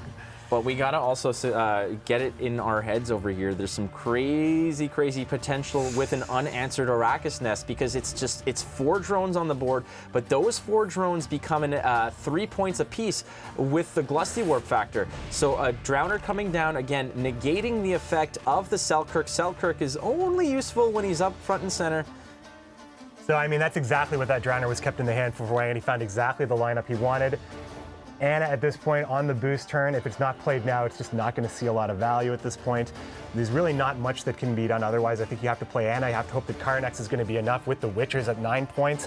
But boy, oh boy, we already see 1 point on the board. We also see the Arrakis Queen still has a drone available, and the Arrakis Nest is going to put another 4 on the board, and they all double dip with Glusty Warp. That's right, and with the, the Cyclops play, tossing, most likely over here, probably tossing the Griffin into Anna. Yeah, and that generates another drone. Plus the Thrive effect. Drone on the board. The stars are aligned right now for Wang. He has found a nice combination, not big cards. Drowner, Arrakis Nest, Cyclops. These are not all-star cards, but he's managed to stay in the game against a Lubricant, against an Anna, against a Selkirk. These are really smart and solid plays. Now that Gotta take out that Thrive. Yeah, you don't want that to get out of hand. Now with 2 cards left, that could have grown up to a 5. So you want to get your calculators out, my friends. You know how this is going to end already if you've been following and watching. Here come the Witchers. There's going to be 1 more ping on the Botchling. Trusty Glusty is going to hit the board. He's going to snack on 6 spiders, which will all come back and double up on Glusty. Is this going to be enough for Wanged? Is this the championship play with the extra drone? Chowing down 1, 2, 3, 4, 5, 6, 7. Trusty Glusty is going to put Wanged into the winner's circle, man. In the winner's circle, that's what I was trying to say there. As Coleman, the favorite, is going to be eliminated by Wanged at his first time at the Open. Arrakis Queen doing absolute work for Wanged. Really awesome stuff for Wanged. Glusty Warp is just absolutely nuts. The Ocvis play was so crucial at that point, and it felt like Coleman had a chance to really turn that around. Oh, most definitely. You got to think that if you're Wanged in that position and you see that round 2 push, now again, you're testing the waters, you're putting something down that might be a little bit valuable, might be thinking that maybe I can go ahead and fate that I got the nuts right now, that I've got what I need to do to win the match, and suddenly Ocvis comes down and you're like, all right, I'm out. That is a huge threat to my win condition, because if Ocvis goes off and suddenly all those drones are poof dust, Glusty comes down with a whimper instead of a bang. It's true, and I mean, there were a lot of things that Arrakis Queen could have run into that stopped it, but it was really all about sequencing. Selkirk couldn't get that Zeal, Ocvis couldn't get that Zeal. Germain didn't end up actually playing into it. There was just so much, man. I mean, we had such a great weekend, Flake. Let's take a look at the brackets one more time. Let's just see how everything played out here. Wang, it is your Gwent Open number 8 champion, and we're also going to get to see how the prize pool thrown out here, but 2 3-0s early on, and then we actually started to see some wins being taken away. Coleman versus Tailbot, what a slugfest that was. And of course, Wang had taken Arrakis Queen all the way to the finals. And we got to see some ties, some really close games. Games where literally that 1 point made a difference. Same thing going down over there in that Glusty Warp match where those Arrakis drones, those extra points, if you didn't have those Arrakis charges, that could have also have been not those 3-point victory margin. Think about that. And think about the Dragon's Dream in Game 1. There was a lot happening. Think about Roach going onto the range road. That's right, absolutely. So much was happening in that game, a lot for the players to keep up with. But in the end, Coleman and Wangan will both be going to Challenger 5 later this year. They're both going home with a nice purse of money as well from the $25,000 prize pool here at Gwent number 8. Let's count the riches. Let's count the riches. You know, it's bad luck to count your money, but it's good luck to count somebody else's money. Yeah, it's good luck to count their money. Yeah, it's good. No problem. Good. Now, again, you know, if we're looking at the prize pool, there was that extra chunk of change that Wanged gets to walk away with. The $4,000 US bonus going to the winner, Wanged. Cracking that 10 Gs. Look at that. 10.5 Gs, 20 crown points earned, and we're going to see Coleman at Challenger. We're going to see Tailbot at Challenger as well, because he will be qualifying no matter what. And of course, we're going to be seeing Demorcus as well, as he is the champion of the previous Challenger. Still lots to find out as well. We do have qualifiers coming up very, very soon, and of course, the second qualifier later on after Crimson Curse drops. Let's go to the champion, Wanged. Paul Burge is standing by. Take it away, my friend. I will of course start with an all right, and that was a crazy glusty warp at the end to win the match. Wangit, how do you feel? You came in as a new player here. You played in the finals against Coleman, who's been here for such a long time. And how do you feel, man? How do you feel? 你是第一次来公开赛，你的对手是克雷蒙，很强的玩家，但是你赢了，所以你现在有什么样的感觉？感觉非常棒。其实我来这里，我的目标是进入半决赛，但是没想到最后夺冠了，我自己都想不到。非常开心。I'm really happy with the result. It's cool to be here and to win. And before the tournament, I thought my target was to get to the semis, but I won, so it's awesome. And congratulations to you. What I have right here is the ticket to the Challenger, which I'll be passing on to you. Congratulations, and we'll see you on Challenger. 恭喜你啊！我们在挑战赛看你。好，再见。 Goodbye, thank you. Goodbye and thank you.